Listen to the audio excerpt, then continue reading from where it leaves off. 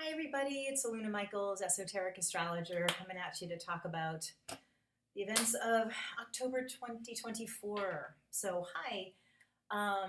First of all, thank you for the guys at Know Thyself Podcast. Always appreciate you. Thank you so much for recommending me for so many people.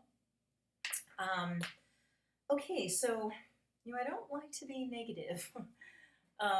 Just got to talk about some stuff that's going on that's a little bumpy for the next few months, but we can go step by step, right? Um, First of all, it's just some bumpy things, okay? So let's first talk about we had an eclipse, right?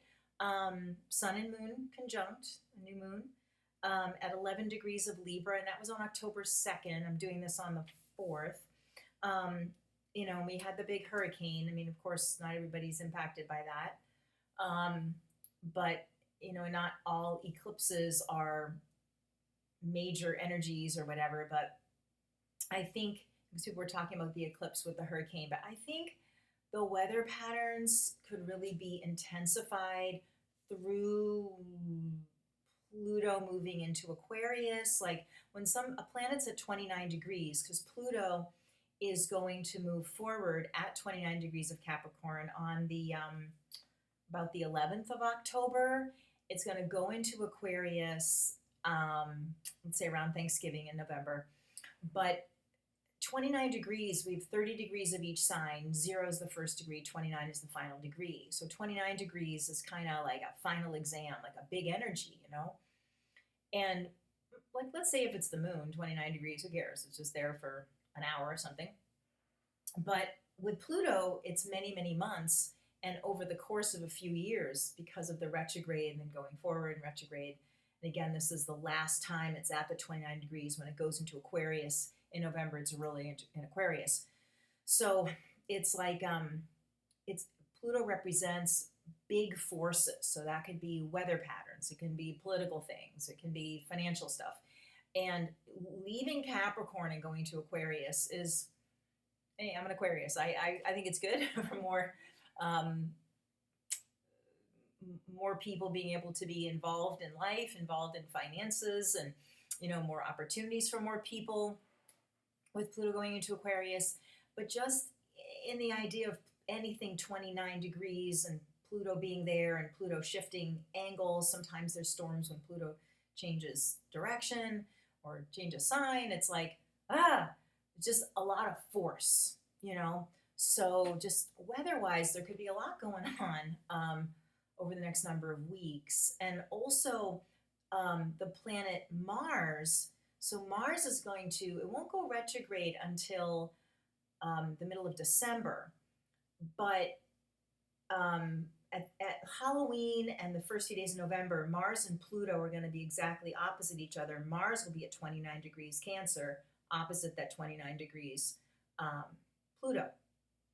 And again, Mars is like Pluto's little brother, so it's a lot about force and power, and personally, you can feel intense. You could have powerful dreams. I mean, a good thing about Pluto, it's mixed bag, I guess, is moving out toxins and pulling out garbage. And so in your own psyche, it can clear up like the shadow side of yourself. The Mars can say, I'm directed, I'm going to do this, I am fearless about this, or even if I am fearful, I'm taking action, and just really wanting to confront any addictions you might have, or difficult relationships, or really looking at yourself about what is draining your power, because both Mars and Pluto are about like having power flow in a good way. So that's where it can be about, again, releasing toxins from your system, however that looks. And a sense of urgency about it, that 29 degrees is like, let's do this, Now, although Pluto is going to move into Aquarius, Mars will be like, okay, I'm in Cancer now, I'm going Leo, and I'm still tracking with Pluto, and then, I'm going to stop in Leo and then go back. It's going to go back into Cancer. But it's opposing Pluto for a long time. It's, we could even say when Mars gets to 17 degrees, which is this weekend of the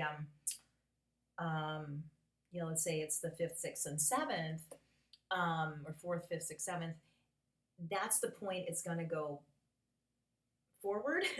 So we have the retrograde point now, even though it doesn't go retrograde till December, and it will go direct at that point. So it's actually the direct point, which would be in February. But it's this whole scheme of time that's about being aware of your personal power and being aware of where you feel powerless. And so, also, the sign of Cancer is about eating, it's about sleeping, it's about your body rhythms, it's about how you feel safe. And this can be really interesting about lowering your stress because I read an interesting book. It's called I think it's called Your Survival Instinct is Killing You. And I'll have to look at the reference, but I remember that a guy's name is Mark with a C. And it was about we want to take risks in life, which is Mars. But when we have certain areas we shouldn't vary too much, and some of those are eating and sleeping, like having a similar meal and sleep times helps your body feel safe enough to then take risks in other areas. And there's kind of that idea with Mars retrograding in Cancer, like knowing that you're going to be fed, your basic needs are being met, you're safe in your home, you're safe and have safe emotional relationships with people. And that's what I mean about Pluto opposing that point. And even though it goes into Leo for a minute, the Mars going into Leo for a minute, but that Pluto was like, we got to take these toxins out of this. Why don't you take good care of yourself? Or why do you put your needs so low that you're always feeling like low on the list of what to do, like you're skipping meals and feeling like you can't really take care of yourself, you can't take care of others, so there's something about getting back to basics about self-care that then helps you embrace other areas of your life really vigorously, which is part of Mars.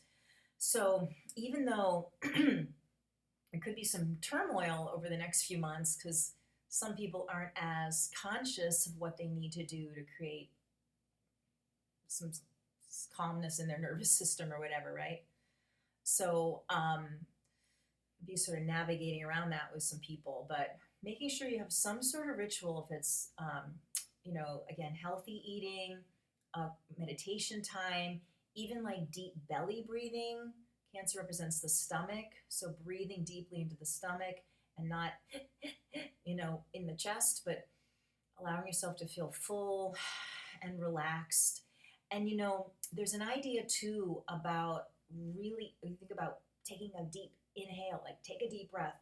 But if you really exhale deeply, it creates a vacuum that the air goes in easily rather than struggling for it. And that's that idea of like, I'm being taken care of by the universe, or my needs are being supplied, which is the most positive of the sign of Cancer, is that like a perfect baby life is the moment I need something, my needs are fulfilled, food or what diaper becomes, it's changed or whatever.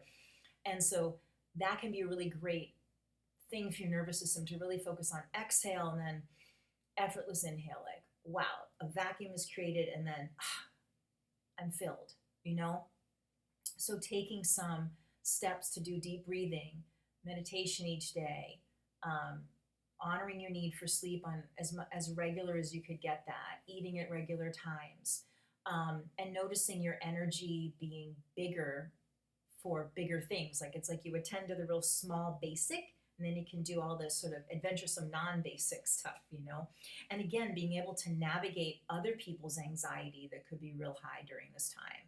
Because Mars Pluto could sound like really dangerous and could be storms and whatever, but it's also people's nervousness.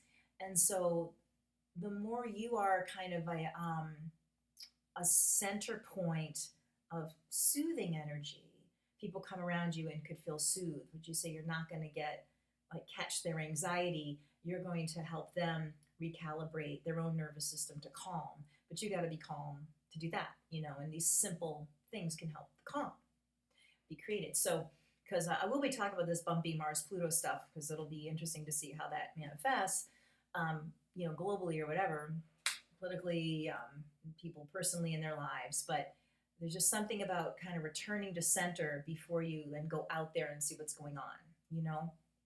So we are going to have a full moon. Oops, I didn't write down when that is. It is, hang on a sec here. It is on the 17th of October, and it's at 24 degrees Aries. So, of course, the sun and moon oppose. Mars will then be moving in Cancer to make the square to the full moon, and then it's a little wide, but then the Pluto's there at 29. So the Mars and Pluto aren't exactly opposing themselves until the end of the month, but it's still in range with that full moon. That's a little bumpy.